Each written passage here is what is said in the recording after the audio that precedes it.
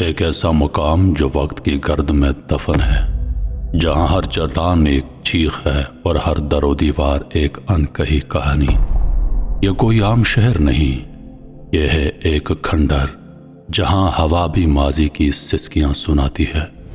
سعودی عرب کے بیابانوں میں چھپا ہوا ایک ایسا شہر جسے دیکھنا منع ہے، چھونا منع ہے، جس کا تذکرہ صرف عبرت کے لیے کیا جاتا ہے۔ یہاں پہاڑ بولتے ہیں اور زمین کے نیچے چھپی صدائیں اب بھی گونجتی ہیں۔ یہ ہے قوم سمود کا شہر، جہاں طاقت نے غرور کو جنم دیا اور غرور نے تباہی کو۔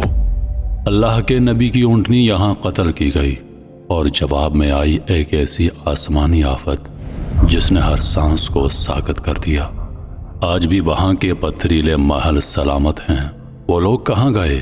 یہ علاقہ صرف تاریخی نہیں، یہ زمین آج بھی ہلتی ہے، یہ فضا آج بھی خطرناک ہے اور آسمان جیسے خفا ہے۔ یا یہ محض آثار قدیمہ ہیں یا یہ ایک لعنت زدہ آبادی ہے جسے نبی آخر الزمان صلی اللہ علیہ وآلہ وسلم نے خود عبرت کا مقام کہا اور ہمیشہ کے لیے گزر جانے کا حکم دیا۔ یہ ہے العلا، جہاں تاریخ، تقدیر اور تباہی ایک دوسرے سے گتھم گتھا ہیں۔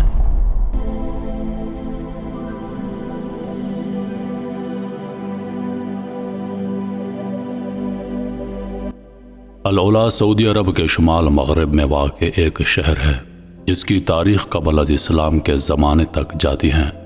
یہ شہر اپنی قدیم اور محفوظ تاریخی عمارتوں اور ورثے کی جگہوں کے لیے جانا جاتا ہے۔ تاہم اپنی تاریخی اہمیت کے باوجود مسلمانوں کے لیے اس شہر کا دورہ کرنا ممنوع ہے۔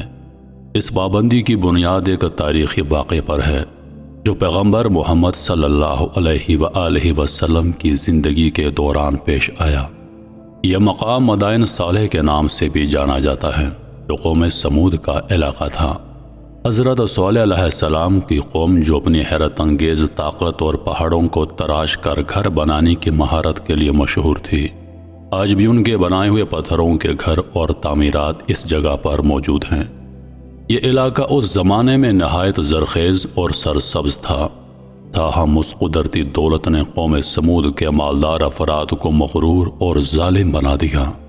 اللہ تعالیٰ نے حضرت صالح علیہ السلام کو ان کی ہدایت کے لیے بھیجا، جیسا کہ قرآن پاک میں بیان کیا گیا ہے۔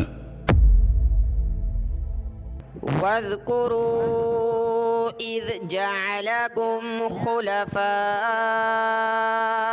مِن بَعْدِ عَادٍ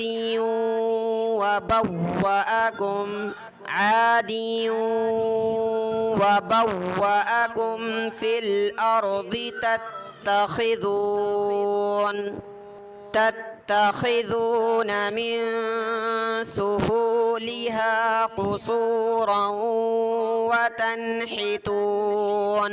قصورا وتنحتون الجبال بيوتا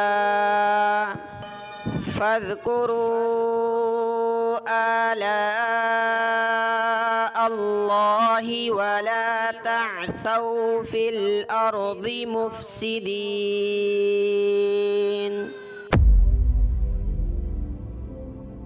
اور یاد کرو جب اللہ نے تمہیں قوم عاد کے بعد زمین میں خلیفہ بنایا اور تمہیں زمین میں جگہ دی، تم میدانوں میں محل بناتے ہو اور پہاڑوں کو کاٹ کر گھر بناتے ہو۔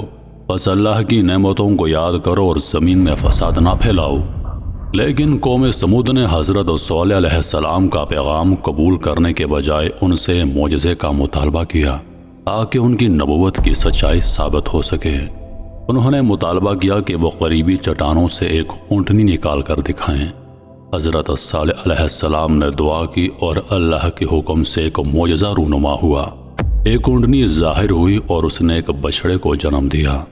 قوم کے کچھ افراد حضرت صالح علیہ السلام پر ایمان لے آئے، لیکن اکثر نے انکار کیا اور 2 لوگوں نے اس بے گناہ اونٹنی کو قتل کر دیا۔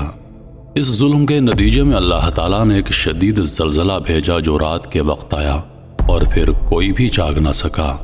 قرآن کریم میں اللہ تعالیٰ کا ارشاد ہے، بس ایک زبردست آفت نے ان کو آ پکڑا، بس وہ اپنے گھروں میں اوندھے پڑے رہ گئے۔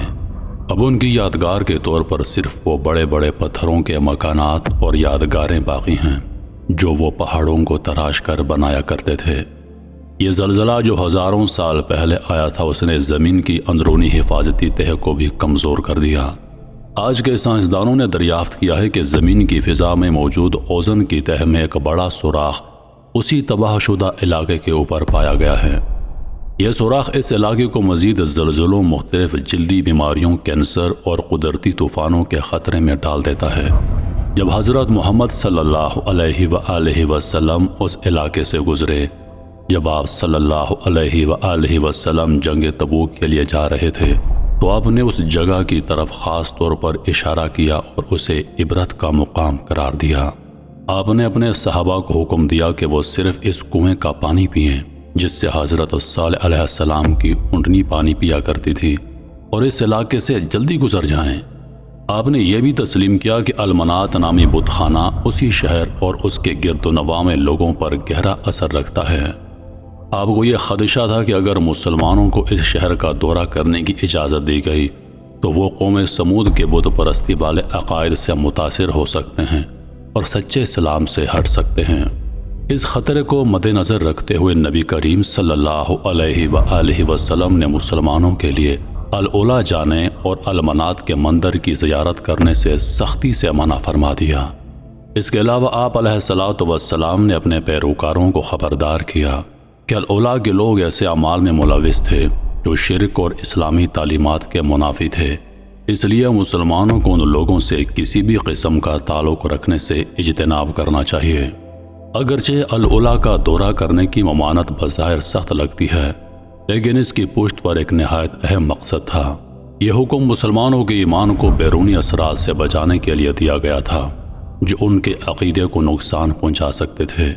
نبی کریم نے جانا کہ سچے دین سے انحراف کے خطرات موجود ہیں اور مسلمانوں کو اس سے محفوظ رکھنا ضروری ہے۔ العلا کی پابندی ہمیں یہ اہم سبق دیتی ہے کہ ہمیں نبی کریم صلی اللہ علیہ وآلہ وسلم کی ہدایات پر مکمل طور پر عمل پیرا ہونا چاہیے اور دین اسلام کے اصولوں سے کسی صورت انحراف نہیں کرنا چاہیے۔ ایسا کرنے سے ہی ہم اپنے ایمان کی حفاظت کر سکتے ہیں اور بیرونی فتنوں سے بچ سکتے ہیں۔ آج کے دور میں بھی بے شمار خطرات موجود ہیں جو مسلمانوں کو اسلام کی تعلیمات سے بھٹکا سکتے ہیں۔ جدید دنیا فتنوں اور لذتوں سے بھری ہوئی ہے جو انسانوں کو اپنے دین سے دور کر سکتی ہے، لیکن العلا کی ممانعت ہمیں ایک لازوال سبق دیتی ہے۔ مسلمانوں کو ہمیشہ اسلام کی سچائی پر مضبوطی سے قائم رہنا چاہیے اور تمام اعمال سے بچنا چاہیے جو دین اسلام کے خلاف ہوں۔ محترم ناظرین، میں امید کرتا ہوں کہ ویڈیو آپ دوستوں کو پسند آئی ہوگی۔ اللہ آپ کا حافظ و نگہبان۔